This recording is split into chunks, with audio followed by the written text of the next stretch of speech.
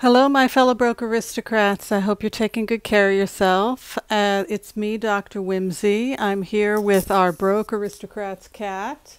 Hello. Say hello to everyone. This is she, the world famous broke aristocrats cat. This is Mila. She was homeless and then she found a home with us here.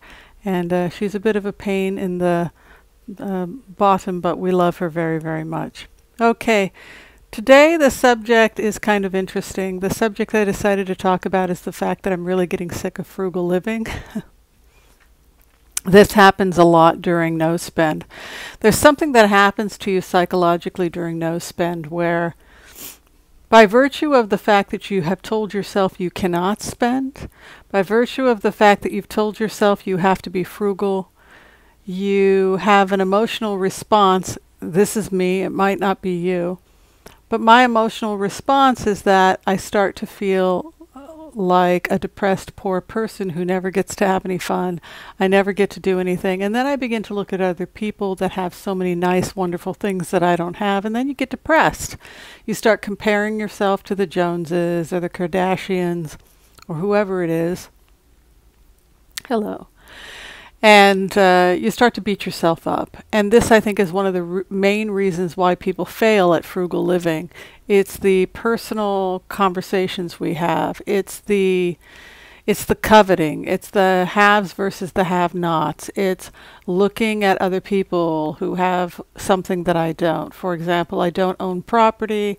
I'm not married and I don't have property and I'm in my 50s. So I look at other people and I think, well, gosh, what did I do wrong that I didn't wind up married with 5 kids and, property?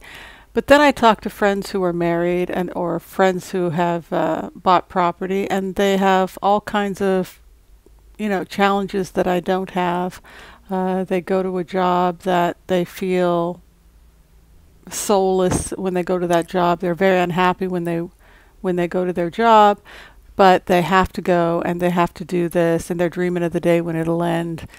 I just think life is too short. And if you're spending your life thinking that tomorrow things are going to get better and you're not living for today, then that's the time when you need to have a serious conversation about changing things up. Yeah, that person might have a big house, but they've also got to go and work maybe in a job that they don't like to pay for that house. There's no judgment however you decide to live your life, not from my perspective anyway. The question I would ask myself and other people is, are you living the best life for you? And not focus so much on concentrating on what other people are doing, focus so much on what other people have. There are people that have far less than me. Also, I think I have I don't have as much debt as some people in some areas. I don't have a car payment. I don't have a house, but I also don't have to stress about a house. I can get up and move. I don't have the restrictions that other people have. So these are just ideas that I've been thinking a lot about because January is a no spend. And it's easy to beat yourself up and be depressed. But the other thing I wanted to say is that I'm moving away from frugal living. Even though I promote frugality, and even though this is a frugal channel, I feel for myself that extreme frugality for me is not the solution. It's not the direction I want to be going in the future. The direction I want to go in is maximizing my income. I still want to live dramatically below my means so that I have a retirement and so that I'm taking care of myself. But at the same time, I don't want to live so frugally that I can't enjoy my life. I can't go out to dinner with friends. I can't live the good life. And so I've decided for myself that I'm going to be focusing a lot more than I have been on increasing my income. So this is always going to be a budget channel for however long I decide to keep doing this. But there are a lot of things that I want that right now I can't afford, and the only way I'm going to be able to... frugal living is only going to get me so far. I don't think extreme frugality is the way to wealth. I think it's one part of, I think being frugal is one solution. Certainly if you are bankrupted or you're worried about your finances, learning how to be extremely frugal will save you from that.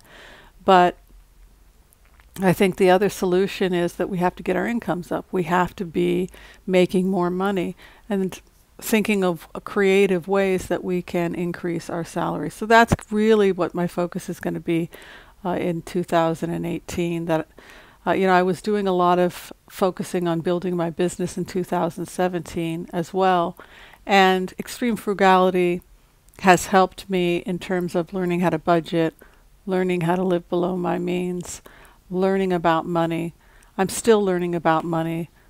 Now I'm studying how my money can make more money, and I'll be doing a video about that.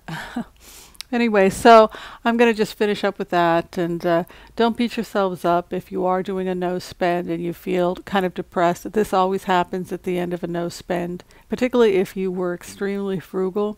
You may start to feel depressed and you may start comparing yourself to other people.